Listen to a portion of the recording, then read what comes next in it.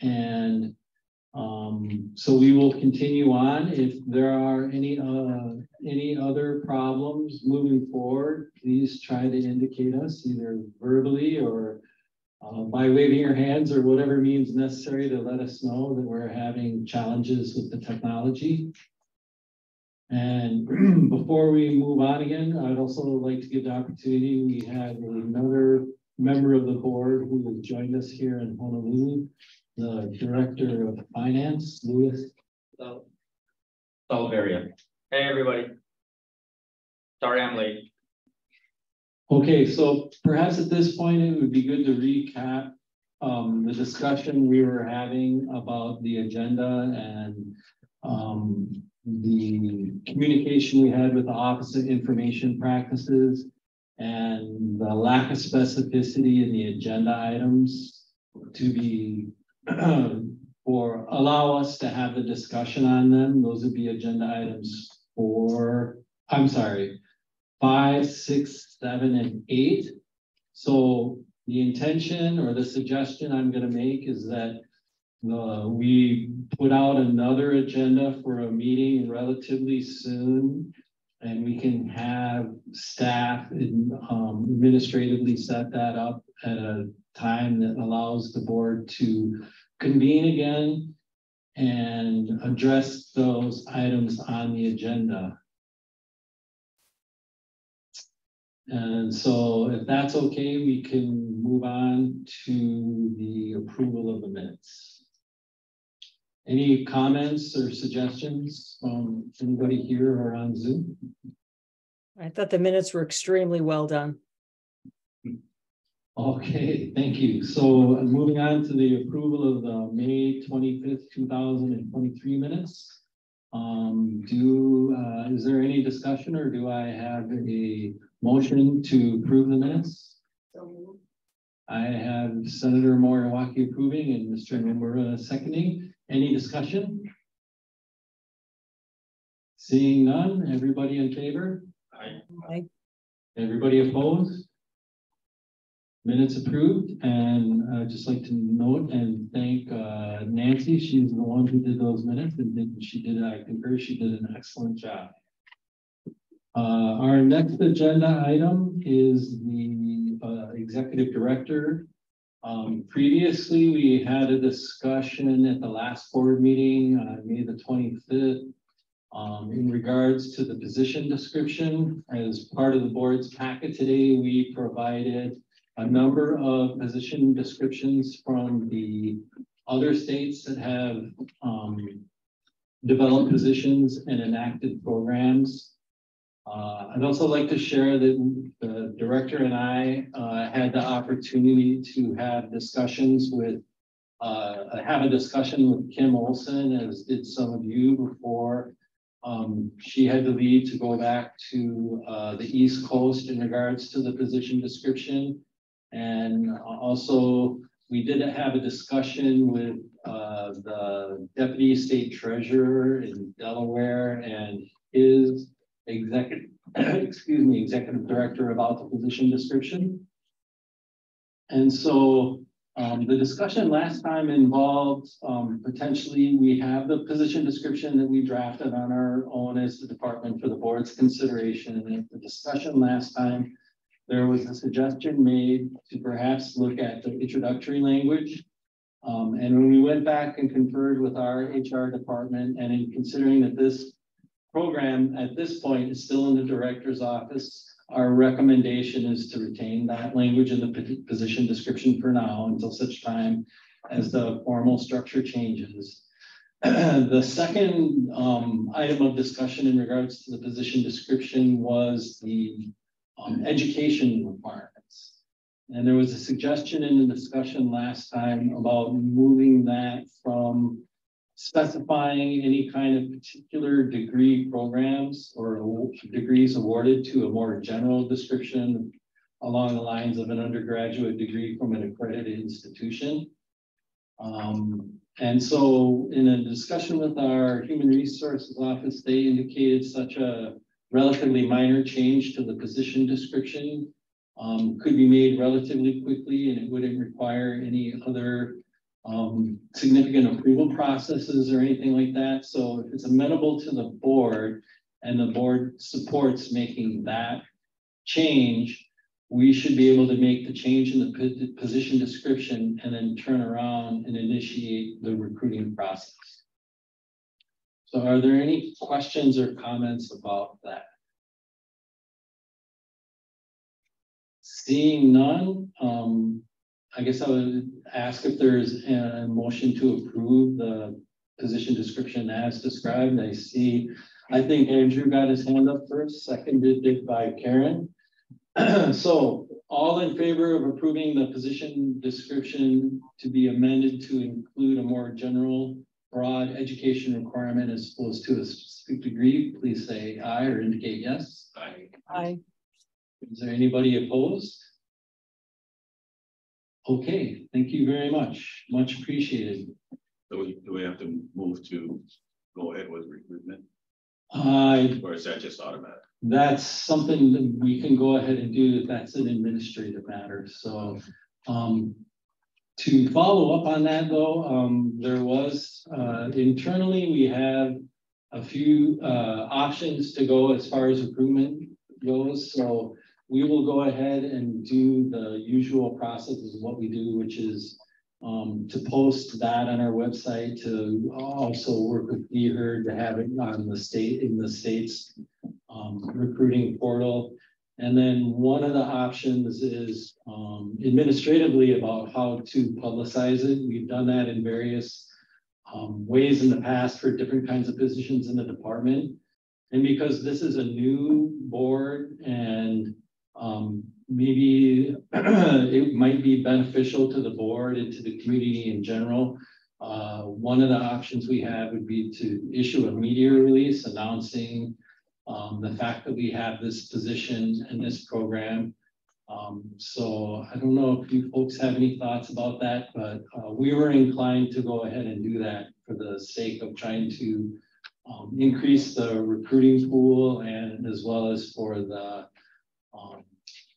publicity of the program in general. So Bill, I'm sorry, wait my turn. I just want to say that, yeah, to expedite us going forward with the recruitment, I just don't see a salary range, which might be helpful in terms of your publicizing the position and going forward. What kind of timeline do we have, or do we have one? So the salary range, can everybody hear me okay on this mic, including those folks on Zoom, because now I'm using a different microphone? Yes. Okay, thank you for confirming that. So the salary range is discussed in the salary that is budgeted for in the last meeting still stands.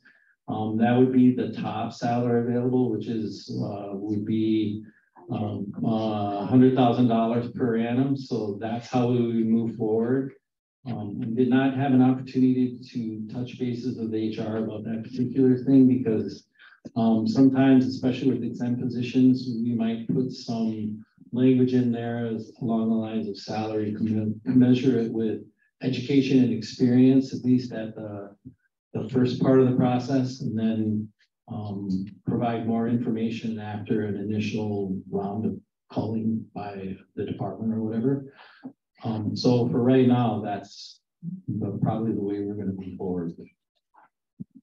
So Bill, I thought that we had discussed at the last meeting, it seemed pretty unanimous that we felt that that was not a sufficient salary for the position and would not be helpful in attracting someone with the appropriate, the best experience to establish the program.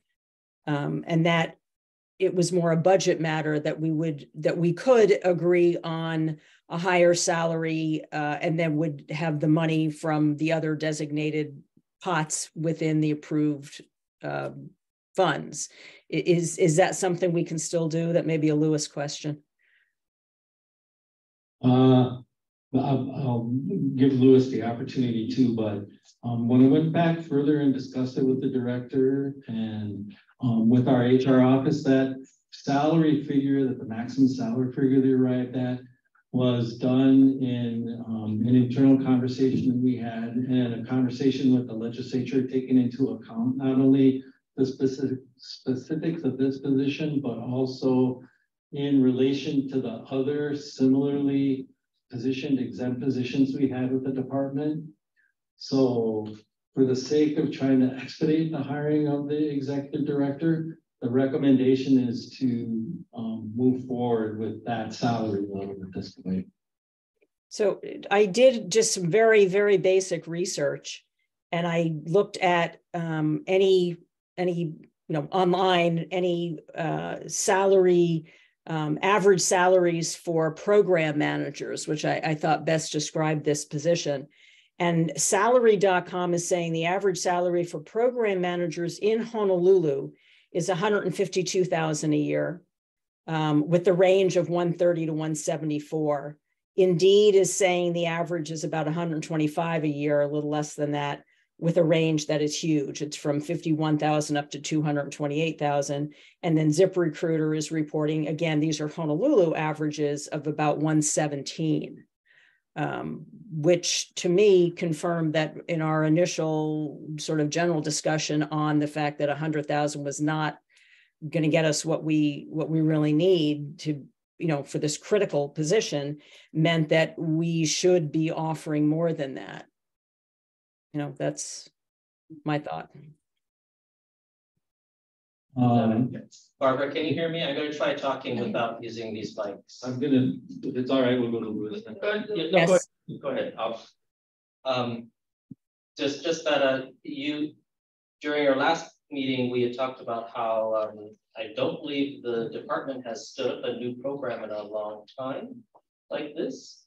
And so that would also make me wonder, this is a specific skill set to start up a program. And that's very different from some of your other program managers and directors who are operating in existing programs. So I would concur with Barbara that I think we need higher pay. That's what we agreed to. But Louis, can we move around some of this? We move this around because there's a big budget, a total budget. And if we can't get the kind of caliber of people that, to stand this up, I think it's going to be, favor of the program. So there's a degree of flexibility that we have because it is an exempt position. I know there was a descriptive language within the budget worksheet that said $100,000, but I would also go back to the authorizing statute for the Hawaii Retirement Savings Account. I mean, I believe it is the board. It might be within the board's authority to make the determination on the executive director's salary. If that's the case, then that's something that we need to have a discussion as a board as we're going forward. I think you're right, Jesse. We haven't, this department hasn't stood up a brand new program, and in this particular case, a brand new board in quite some time. So what we do now, we need to get it right. I believe we need to get this thing right. We probably should deliberate on it a little bit more and maybe have a little bit more of a descriptive discussion with regards to the organizational structure as well as the administration of the retirement saving board. So that being said, we're very lucky that we do have Senator Moriwaki here along with us, that she does know, and the intention really is to find the right person that we want. And we may be thinking of this as something, okay, well, it's a small program, it's $25 million to start it off, but it really is a fiduciary trust for retirement savings. There's no difference between this particular program, and the difference between this particular program and the ERS is just billions, but the responsibility is essentially the same. So, yes, we want to expedite, we want to move forward on it, but I think as a board, we should take the time and make sure we do it right. Thank you, Louis. I think that's really critical because it is a new program. It is fiduciary duty and it has financial implications as well. So, and it is administratively attached. So there is a flexibility not only of the exempt position, but also that it's administratively attached. And the board, and thanks, Barbara, for getting some of the data to look at what the qualifications are of the person and the responsibility so that we can make the salaries commensurate with the kind of caliber of person we need to run this program and stand up a new program. Question, is it possible to move ahead with the recruitment without having a specific maximum? I mean, just have the, you know, salary commensurate with whatever. I mean, that's, you know, we're not gonna solve the salary question now, but I think you don't want to. I don't think you want to put in 100,000 max because you're just going to kick out people. Yeah, maybe you don't mention it, just commensurate with it. Right. And then when you start negotiating, you start looking at the salary. I believe the answer to your question is yes, Andrew, that we can go ahead and start the process. It's gonna if the answer turns out to be no, I think we're gonna have a meeting relatively soon anyway, where we can remedy it if it's too low, but I think we can move forward. It's not like we can push a button and all of a sudden it goes out to recruitment. It does take a little bit of work on our end. So. Bill, can I also ask this? I think it might be a good idea. First of all, I think the media release is a terrific idea for a couple of reasons, but how about also using at least one of the more standard, like, you know, Indeed, one of the online well-used recruitment sites. And I know that can be done because we used Indeed and several others when I was at the DOE, and that was, you know, 5-6 years ago. I don't know if that's customarily been used within DLIR, but again, you know, other state agencies are doing that. I do not believe we have like a essential contract from DEER to do one of those kinds of things, but we can do it. I believe we can do so. Yeah, it probably would fall under small purchase. I don't know how much it's costing these days, but it was not a big challenge to, you know, to start using them back at DOE. Would a backup be considered using an executive search firm? No, it's entirely different. If you're just posting it on a different website that a lot of professionals would be looking at, it just helps with the awareness of the job being available. I think Karen's question is, as we go through the process of looking at it, I think, and I'm going back to the authorizing statute because that's what we always have to do, right? And number one, the powers and duties of the board is to establish, implement, and maintain the program. So it's very broad, probably would require some clarification. I would highly suggest that we probably think about what we might want to do to tighten up some of the statutory language coming up in the next legislative session for this thing, in order to give us some of that, you know, we want to make sure that the board has authority over what we're doing here. But I think, you know, going out there and rushing to recruitment is something that we should be talking about it. You know, I don't think we should necessarily rush to recruitment, but we need to start talking about how we're going to recruit.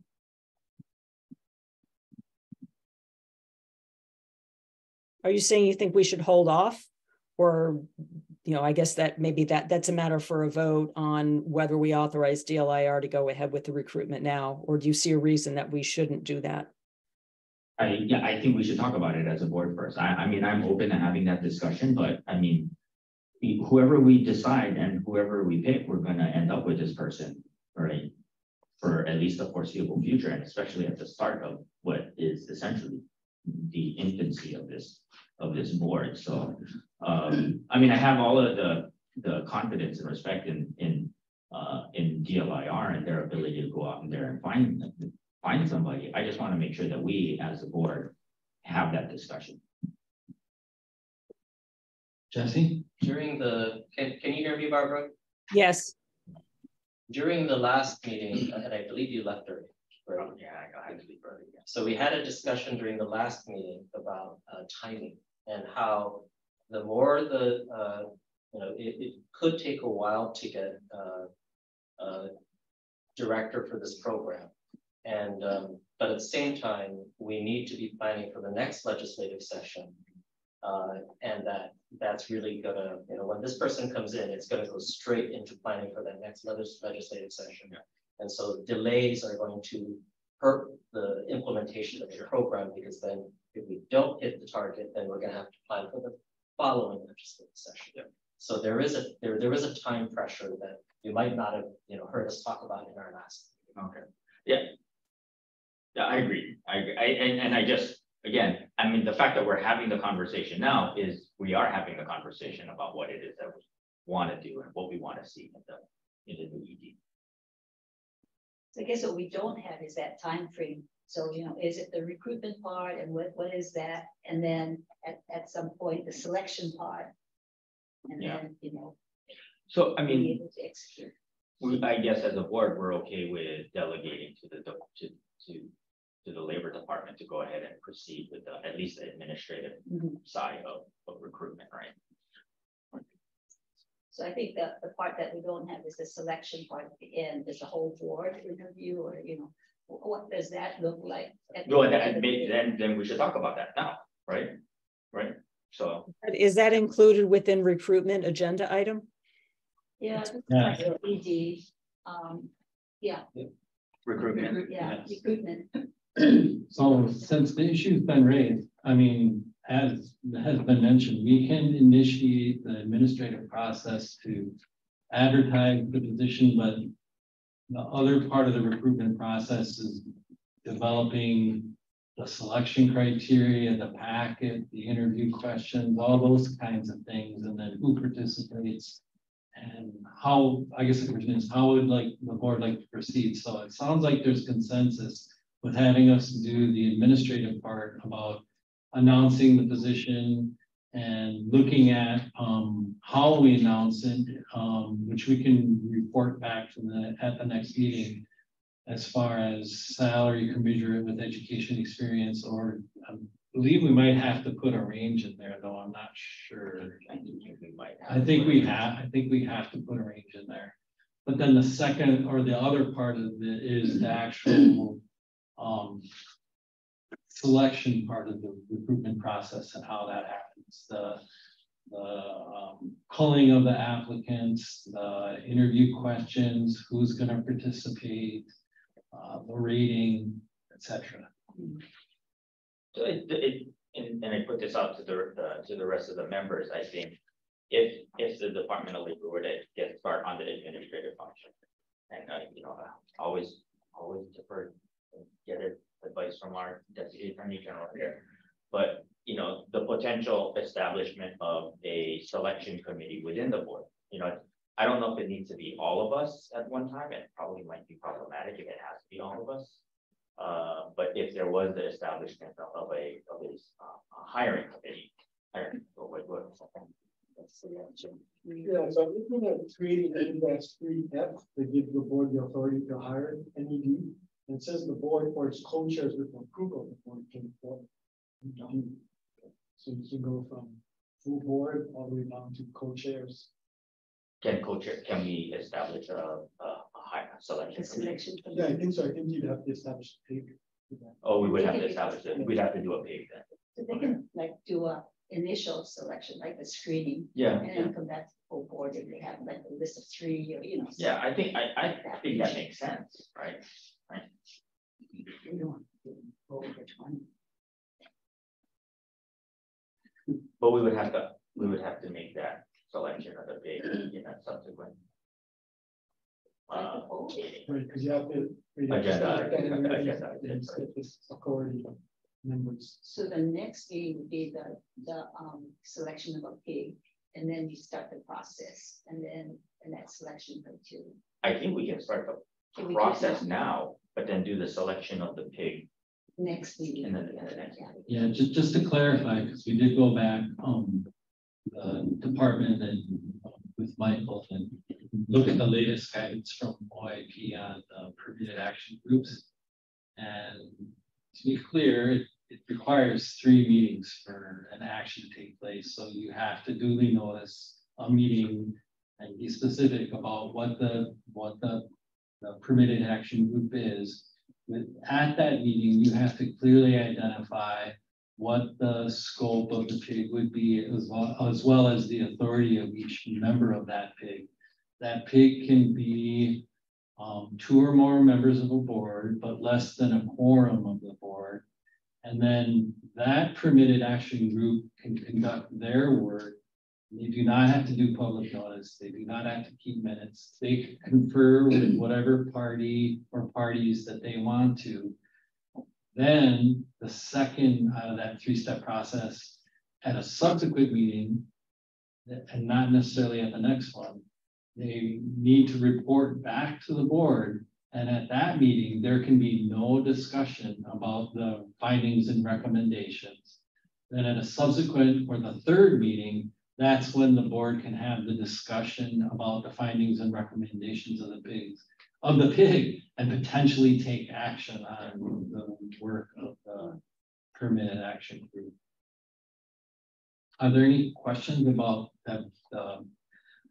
I hate saying pig over and over, the permitted action group process. I think, it's a cumbersome process, but the pig then has the latitude to interview and get information. And actually, it's like an investigatory kind of thing, right? Because they can do whatever they want and talk to whomever they want, and not have the Sunshine Law under the Sunshine Law, but come back, and then that's why you've got the 2 separate meetings thereafter to hear their results and then to question the results and decide at the end. So I think, cumbersome as it may be, I think that's the process. And yeah, and just to follow up a little bit more about the pig too, some of the other strictures in place are the members who aren't on the pig, you can't have communications with them, just to make sure everybody understands that. So say if Keola and Senator Moriwaki were members of the pig, they cannot have conversations about their work with the other board members until they come back and report. So you pretty much give them the ball and they run with it, and then they come back and report. It would be the same as like having a human resource committee on the board, right? Essentially. So is a pig necessary in order for more than one board member to be on the selection committee? And it sounds like also as a follow-up, we could only have then 3 members of the board. Or is there some non-pig way to have multiple board members involved in the selection? So the first debated question, which is this hiring would strike, is hiring considered administrative, and therefore is a pig required? Correct. That well rephrased. No, I don't know. It's up to the board. I mean, that's the thing. I mean, and I'm sorry, I know I'm coming this Johnny come lately kind of thing, but I mean, and there is a couple of things I think foundationally as a board we have to establish, like, are we going to establish standing committees? There's all of these different things that I think need to kind of somewhat happen right now, with regards to, you know, kind of pushing forward. But I mean, we're kind of like jumping head into like, let's hire somebody already, right? So I understand the need to to expedite, but I want to make sure we're all on the same page. To respond to Jesse and Barbara, I don't know if you need a pig. I mean, if you're saying that what we're doing is administrative, we're trying to find a good executive director, you just appoint 3 members to be like the screening committee for any appointment. Even in state government, we have 3 members of a steering committee. You don't need a That's pig. true. If it just, I mean, can a board member be a member of the selection committee? Yeah. Administrative? I think so. So I think you separate it functionally, like from deciding what the qualifications are from the actual selection, because the selection you also have, you know, you can't, it's protected right from public disclosure. Because the personality. I think you separate the functioning selection of the candidate from who the candidates can be. So maybe that's a better way to go, is just so that 3 members to be on your screening committee. And they proceed with the interviews and the first round, whether they need the NQs and stuff like that. So, to make sure I understand. So, if there was members participating on the selection committee. The selection committee would be done by the department, and therefore it's not a board function. It's part is subject to Chapter 92. So the board would agree to delegate to the department to go do the administrative part of it, and could invite board members onto that selection committee, and they could do their process, and then I guess the department would come back to the board and make a recommendation about here's a pool of candidates, or here's the candidate, and then the board could take action. You could do that outside of a permitted action. Yeah. Is that And I think it's administrative because, okay, let's say labor department says we're gonna screen for the MQs, and you've got the position description, you screen for the MQs, and you bring onto their selection committee, say, board members, 2 or 3 board members that have expertise in those areas, finances, whatever. And that becomes your screening committee to then do some of the interviews, or not some, all the interviews, so that it's not the full board having to interview everybody. Yeah, I think we want to not do that. Agreed. Yeah, No, we don't want the not entire board. we Right. want to have a recommendation. Yeah. Thank coming you. From a smaller school. I mean, we would, eyes wide open, that's what I say, that's all going, eyes wide open. so? Just to make sure, is everybody on Zoom hearing this clearly and understanding what's being said here in the room? Okay, does anybody on Zoom have any thoughts or comments? I see somebody's thumb. I see Kaylee's thumb up in her box. She's saying yes. No, I'm Okay. assuming that's a vote of approval. Okay. Okay, thank you. I just want to make sure that everybody virtually has the opportunity, and making sure that we're still not having any technical problems. So if I may try to summarize, then, at least at this point, it sounds like the board is interested in having the department move forward with doing the administrative part of starting to announce the position in the recruitment, and that the department may set up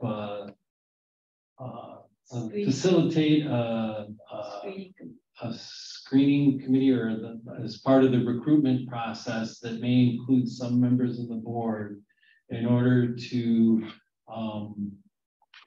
effectuate the recruitment of the executive directors, so that the department, in conjunction with volunteering members from the board, can come back at a subsequent meeting to make a recommendation on either the pool of applicants, perhaps even the process itself, or an actual candidate for the executive director. Is that more or less accurate?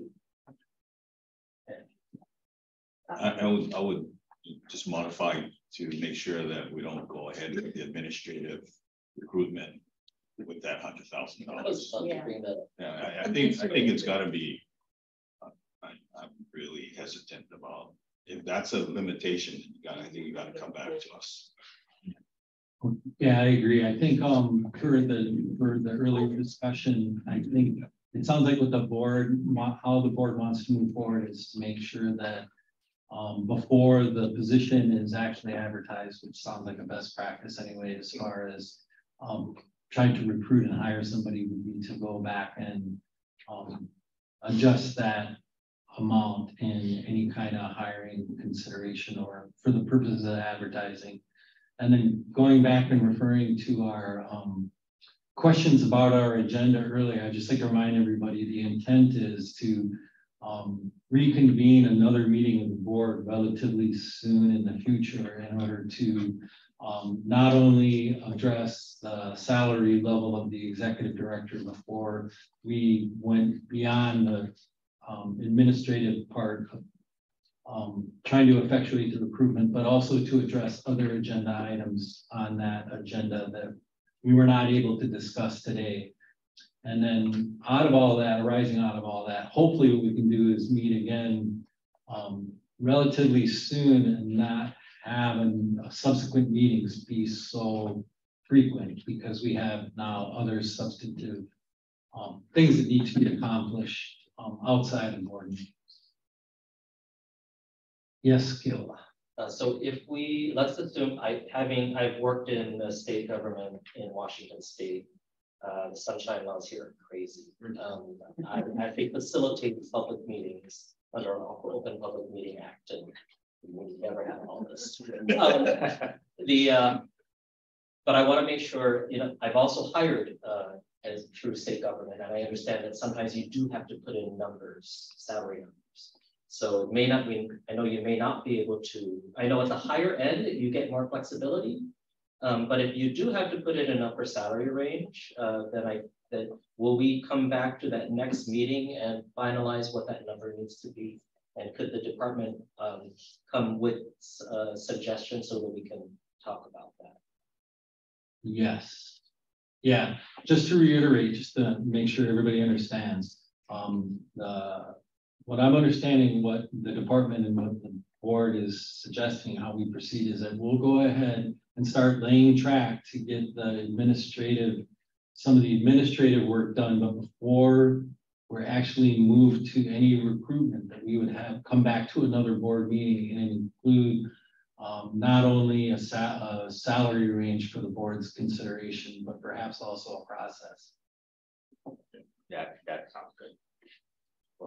Because if you take it too low, you're not going to get the pool you want. So, that's the fear of making it so low that you get what you get.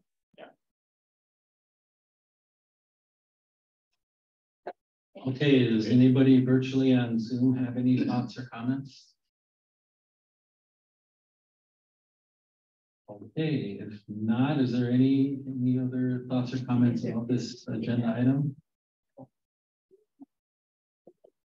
Yeah, so if I can, then if we can go back to the agenda, I inadvertently skipped over agenda item number 3, but I think that's probably okay considering the subsequent discussion. Do we have any comments from the public pursuant to agenda item number 3?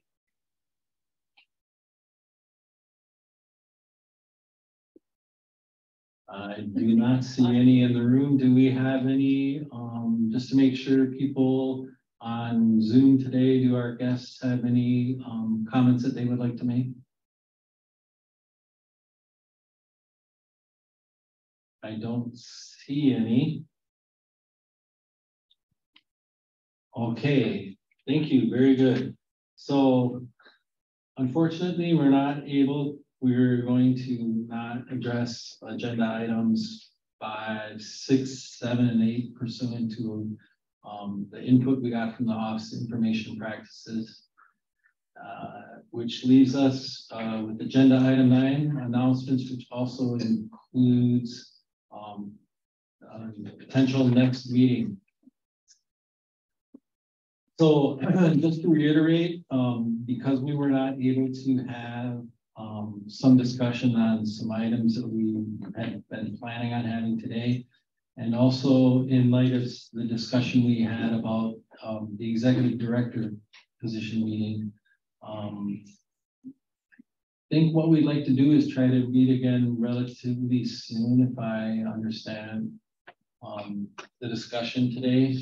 And so I don't know if you folks want to try to schedule it now. I know we also have a board member who isn't present.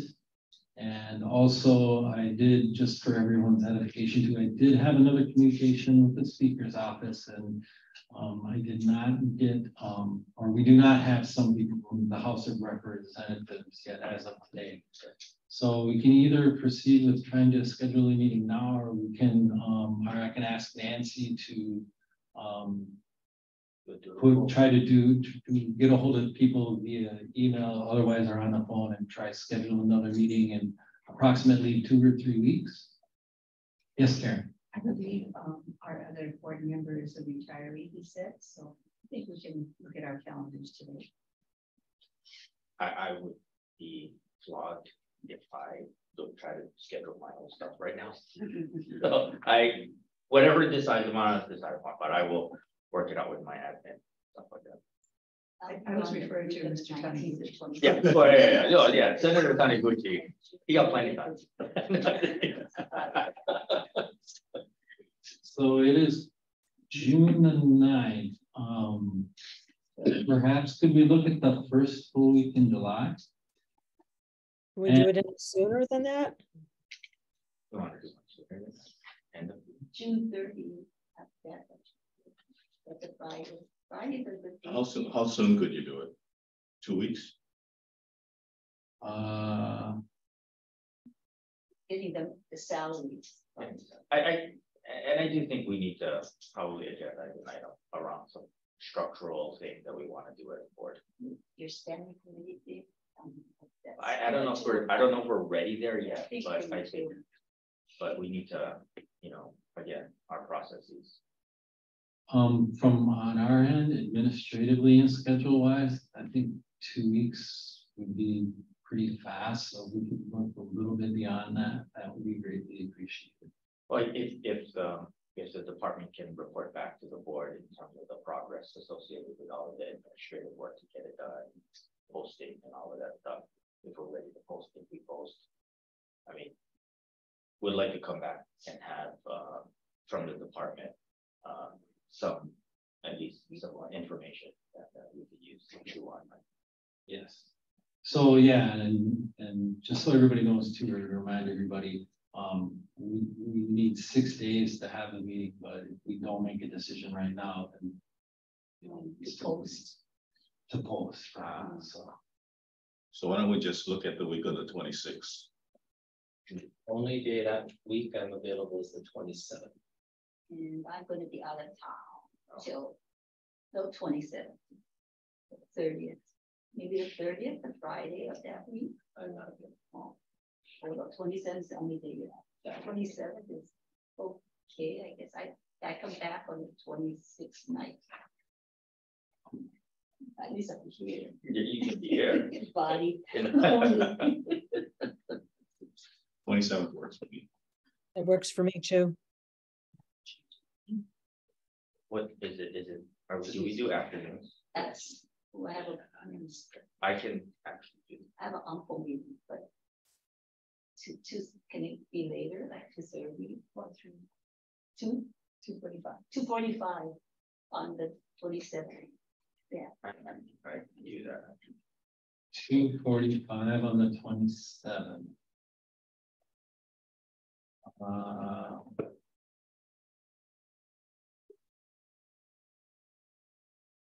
I believe you can do that. If this room isn't available, we have another room in the director's office. Does this work in the other office? Yes, so you were using that earlier.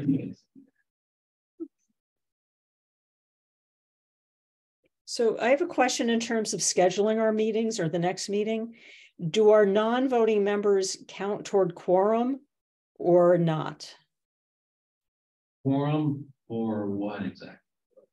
Or any, well, for a valid meeting, first of all, but also for a decision. Right, but I think for in terms of meeting attendance, we need to make sure going forward we're really clear on how many of the trustees need to be present for a quorum of a meeting.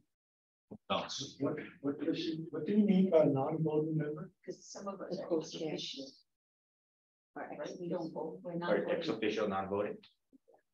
No, ex officio votes usually, unless it says otherwise. Unless it specifically says non-voting.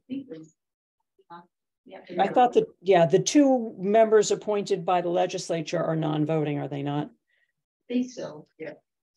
5 voting members. It's a law. That may also have implications when we're determining whether to establish a PIG or not.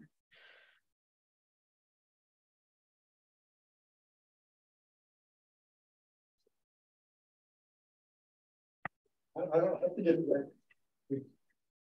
I think the quorum is measured against members. Even non-voting. Sorry, I couldn't understand that. I'll have to get back to you because I thought quorum was based on members, regardless of whether they're non-voting or voting, but I'll have. Okay. All right, thank you. Okay, so we can tentatively look at the 27th at 2:45 in this room and also via Zoom. And if we have any problems or issues with that, we'll let you know as soon as possible, but otherwise the intention is to have another board meeting on the 27th of June, 2023 at 2:45. Sounds good. Okay, any last comments or thoughts for people who joined us via Zoom today? No, thank you. Okay, well, thank you, everybody. Thank you very much. Thank you. Thank you.